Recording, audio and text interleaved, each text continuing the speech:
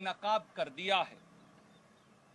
जब दिल्ली के राष्ट्रीय राजधानी दिल्ली एनसीआर के साथ उत्तर प्रदेश के गाजियाबाद में ये हालात हैं, तो अंदाजा लगा सकते हैं कि यूपी की आदित्यनाथ सरकार में गुंडा राज और जंगल राज किस प्रकार से सर चढ़कर बोल रहा है। दिवंगत पत्रकार हमारे साथी विक्रम जोशी के परिजनों के साथ तो मैं अपनी संवेदनाएं व्यक्त करता हूं, पर क्या ये नहीं दर्शाता कि उत्तर प्रदेश, जहां से प्रधानमंत्री खुद सांसद हैं और जहां राम राज्य की स्थापना करने का वादा कर आदित्यनाथ सत्ता में आए थे, राम राज्य तो दूर, प्रदेश में व्यापक गुंडा राज भाजपाइयों ने पैदा कर दिया है।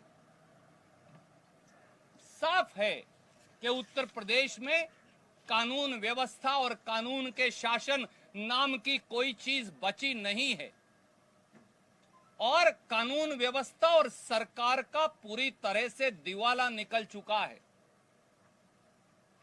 उत्तर प्रदेश की यह घटना और ज्यादा दुर्दांत है। 16 जुलाई 2020 को हमारे दिवंगत पत्रकार साथी विक्रम जोशी की 17 साल की भांजी, उसके साथ छेड़छाड़ रवि नाम का एक गुंडा करता है और उस बिटिया के भाई को सरेआम विजयनगर गाजियाबाद में पीटता है। विक्रम जोशी एक पत्रकार होने के नाते उत्तर प्रदेश की पुलिस के पास मुकदमा दर्ज करवाने जाता है, पर आदित्यनाथ सरकार और उनकी पुलिस मुकदमा दर्ज नहीं करती। रवि, छोटू और अन्य बदमाश फिर घात लगाए बैठे रहते हैं और जब विक्रम जोशी अपनी बहन के घर माता नगर गाजियाबाद में 20 जुलाई को जाता है, तो ये गुंडे 8 बजे साय को घर पर हमला बोलते हैं, शीशियां फेंकते हैं। विक्रम जोशी फिर पुलिस को फोन करता है, एसएचओ को फोन करता है, एसएचओ आने से इनकार कर देता है और जैसे ही विक्रम जोशी घर से बाहर जाता है दोनों बच्चियों के साथ, तो उसकी 11:30 बजे नृशंस हत्या की जाती है। उसकी छोटी सी अबोध बिटिया अपने बाप को जगा जगा कर कह रही है कि पापा उठ जाइए, पापा उठ जाइए और हमें घर लेकर जाइए, परंतु विक्रम जोशी दोबारा कभी आंख नहीं खोलते। आदित्यनाथ जी, क्या आपकी भी कभी आंख खुलेगी? आदित्यनाथ जी, काश आपकी भी बेटियां होती, काश आपका भी परिवार होता, काश आपने भी अपनी भतीजी और भांजी के साथ छेड़छाड़ की व्यथा सही होती, काश आपके परिवारजनों को भी गुंडे विजयनगर गाजियाबाद में अगर आपको मालूम होता पीटते तो पता होता कि दर्द कैसे होता है। परिवारजनों का खोने का दर्द क्या होता है, क्या मुख्यमंत्री आदित्यनाथ जी समझते हैं? और उत्तर प्रदेश में तो साथियों पत्रकार होना पाप हो गया है। पत्रकारिता उत्तर प्रदेश में पाप हो गई है, अपराध हो गई है। याद करिए 29 अक्टूबर 2019 को लखीमपुर में इसी प्रकार से रमेश मिश्रा नाम के पत्रकार की दिन दहाड़े हत्या कर दी गई। आदित्यनाथ जी ने आज तक कुछ नहीं किया। मिर्जापुर में मिड डे मील में नमक रोटी खिलाने की खबर दिखाने वाले पत्रकार पर एफआईआर दर्ज कर दी गई। मिड डे मील में दूध में पानी मिलाकर बच्चों को दिए जाने की उत्तर प्रदेश में कलई खोले जाने वाले पत्रकार भी पर वही एफआईआर कर दी गई। बनारस में प्रधानमंत्री मोदी जी द्वारा गोद लिए गए गांव की हकीकत उजागर करने वाले पत्रकार को सुप्रिया शर्मा पर भी मुकदमा दर्ज कर लिया गया। योगी जी द्वारा फैजाबाद में खुद लॉकडाउन का उल्लंघन करने की खबर दिखाने वाले वायर के एडिटर सिद्धार्थ वरदराजन जी आज भी एफआईआर और मुकदमा भुगत रहे हैं। बिजनौर में 5 पत्रकारों पर आदित्यनाथ जी ने एफआईआर दर्ज कर ली। आजमगढ़ में जब एक पत्रकार ने ढोल की पोल खोल दी तो उसे एफआईआर दर्ज कर जेल की सलाखों के पीछे भेज दिया गया। नोएडा में गाजियाबाद के साथ जो लगता है, पत्रकारों पर आदित्यनाथ जी की पुलिस ने गैंगस्टर एक्ट लगा दिया। क्या पत्रकार अब भाजपा को गैंगस्टर और गुंडे नजर आते हैं? एक पत्रकार प्रशांत ने ट्विटर पर कुछ लिख दिया तो मुकदमा दर्ज हुआ, बड़ा मुश्किल से सुप्रीम कोर्ट से छूटकर आया है। यूपी में घटिया पीपीई किट की खबर चलाने वाले स्थानीय चैनल के खिलाफ एफआईआर दर्ज कर एसआईटी की जांच बिठा दी गई। क्या भाजपा शासित प्रदेशों में पत्रकार होना अपराध हो गया है? क्या पत्रकार अब गैंगस्टर की परिभाषा में आते हैं? क्या पत्रकारों के बुलाने से, जानलेवा हमले होने पर विक्रम जोशी जैसे पत्रकारों के बुलाने से पुलिस नहीं आएगी? गुंडों को, खासतौर से नामजद गुंडों द्वारा पत्रकारों की दिन दहाड़े हत्या कर दी जाएगी?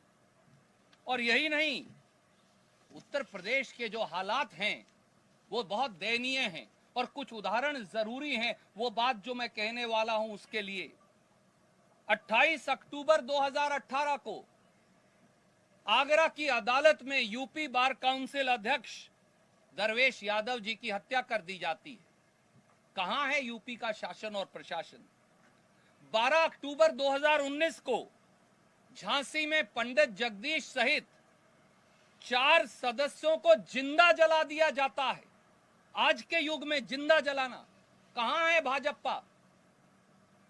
14 अक्टूबर 2019 को झांसी जिले के पिपरी बाजार में एक परिवार के 4 लोगों की दिन दहाड़े हत्या हो जाती है। 29 अक्टूबर 2019 को लखीमपुर में पत्रकार रमेश मिश्रा जी का कत्ल कर दिया जाता है। 31 दिसंबर 2019 को शामली में भजन गायक अजय पाठक के पूरे परिवार को धारदार हथियारों से काट काट कर फेंक दिया जाता है। 4 जनवरी 2020 को प्रयागराज में यूसुफपुर सेवायत क्षेत्र में सोमदत्त तिवारी, उनकी पत्नी और 5 परिवार के सदस्यों को कत्ल कर दिया जाता है बड़े नृशंस और अमानवीय तरीके से। 25 अप्रैल 2020 को एटा जिला के स्वास्थ्य कर्मी राजेश्वर प्रसाद पचौरी के 5 सदस्यों की हत्या कर दी जाती है। 2 जुलाई 2020 को प्रयागराज में विमलेश पांडे के 5 परिवारों को शायद इतना अमानवीय और नृशंस हत्या नहीं होगी जो होता है। और अब विक्रम जोशी की नृशंस हत्या सरेआम होती है। परंतु आदित्यनाथ जी हैं कहां? भारतीय जनता पार्टी के शासन में कानून का शासन है कहां? क्या ये वो रामराज है जिसका वायदा भाजपा ने करके सत्ता ली थी? इससे बड़ा गुंडा राज और जंगल राज हो ही नहीं सकता।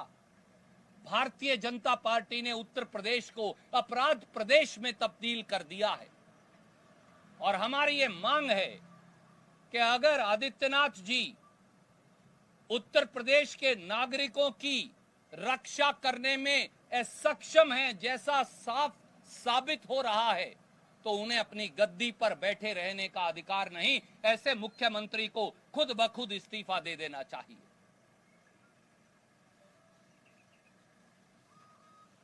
आदरणीय साथियों, एक और विषय है जो राजस्थान से जुड़ा है, जिसको लेकर मैं आपके बीच में उपस्थित हूं।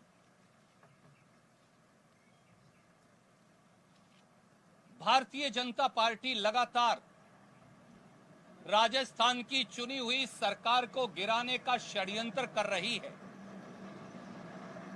दिल्ली की सत्ता में बैठे हुक्मरान, दिल्ली की गद्दी पर बैठे हुक्मरान इतने निरंकुश हो गए हैं, इतने अहंकारी हो गए हैं, इतने स्वयंभू हो गए हैं कि उनका मानना है कि दिल्ली की सत्ता पर बैठे बादशाह जब चाहें, जिसे चाहें, जिस सरकार को चाहें, जिस जनमत को चाहें, अपने पांव तले रौंद सकते हैं। राजस्थान में भारतीय जनता पार्टी की केंद्रीय सरकार का ये कारनामा हम लगातार पिछले 6 और 7 दिन से देख रहे हैं। जब मोदी जी और उनकी सरकार के सारे हथकंडे फेल हो गए, जब मोदी सरकार जनमत को अपहरण करने में नाकामयाब हो गई, राजस्थान की 8 करोड़ बहादुर जनता और राजस्थान के विधायकों ने यह निर्णय कर लिया कि वो भारतीय जनता पार्टी के षड्यंत्र में उलझने वाले नहीं, तो आज एक बौखलाई हुई केंद्रीय भाजपा सरकार और प्रधानमंत्री श्री नरेंद्र मोदी जी ने मुख्यमंत्री जी के बड़े भाई श्री अग्रसेन गहलोत के घर आज सुबह से ही ईडी भेजकर छापेमारी शुरू कर रखी है। दोस्तों याद करिए, जैसे ही राजस्थान में भारतीय जनता पार्टी का चुनी हुई सरकार को गिराने का षड्यंत्र शुरू हुआ, तो 13 जुलाई 2020 को इनकम टैक्स और ईडी के छापे मारे गए।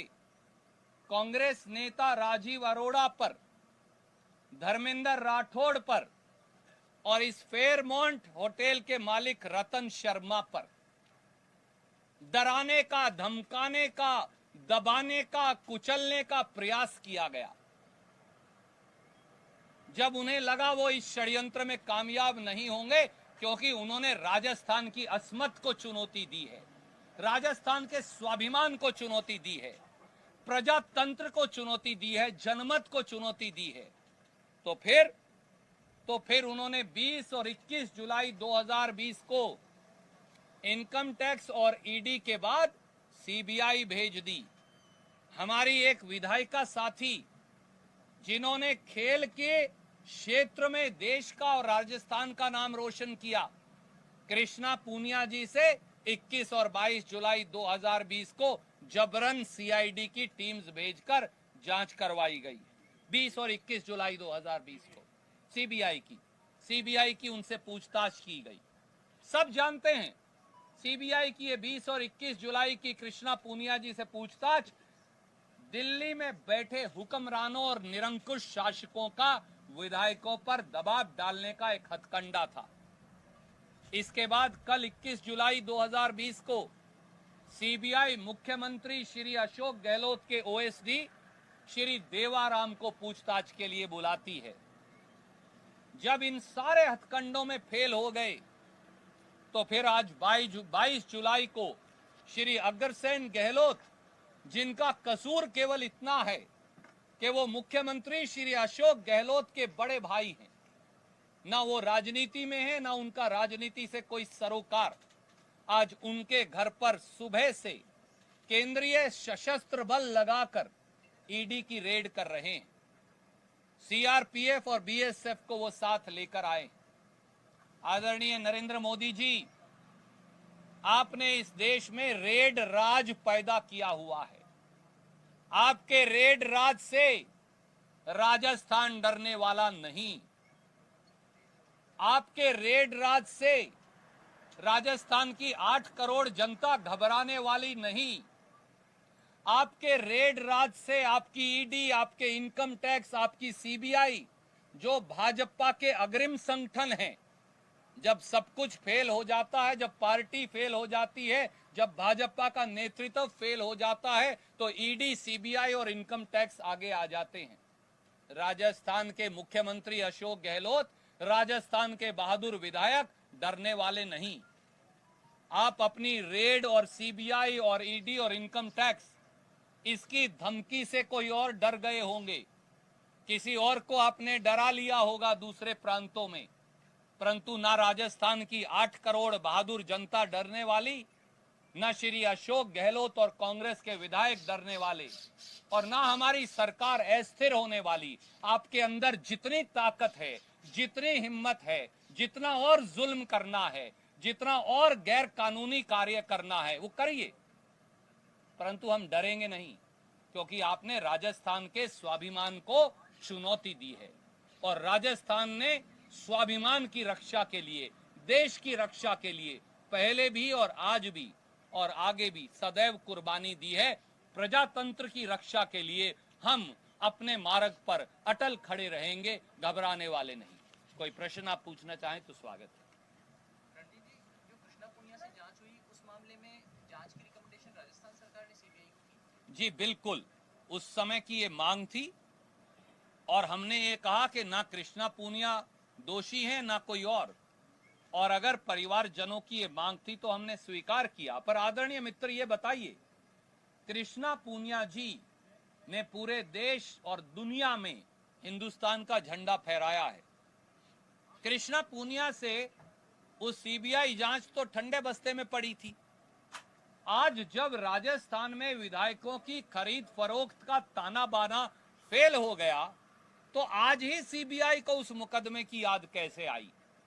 क्या ये भारतीय जनता पार्टी की केंद्रीय सरकार और मोदी जी के षड्यंत्र की ओर साफ साफ इशारा नहीं करता? बीजेपी का कहना है कि कल आप और अविनाश पांडे जी स्पीकर से मिले विधानसभा में, उसके बाद ही एसएलपी दायर करने का फैसला हुआ। उनका सवाल है कि क्या आप लोगों की कोई भूमिका रही? भारतीय जनता पार्टी, मुझे लगता है कि मानसिक दिवालियेपन से प्रदेश में ग्रस्त हो गई है। श्री सीपी जोशी जी की योग्यता पर भी अगर उन्हें शक है, उनकी काबिलियत पर भी अगर शक है, जिनको उन्होंने निर्विरोध स्पीकर चुना है, तो ये उनके मानसिक दिवालियेपन का जीता जागता सबूत है। आदरणीय सीपी जोशी जी को किसी से राय लेने की आवश्यकता नहीं।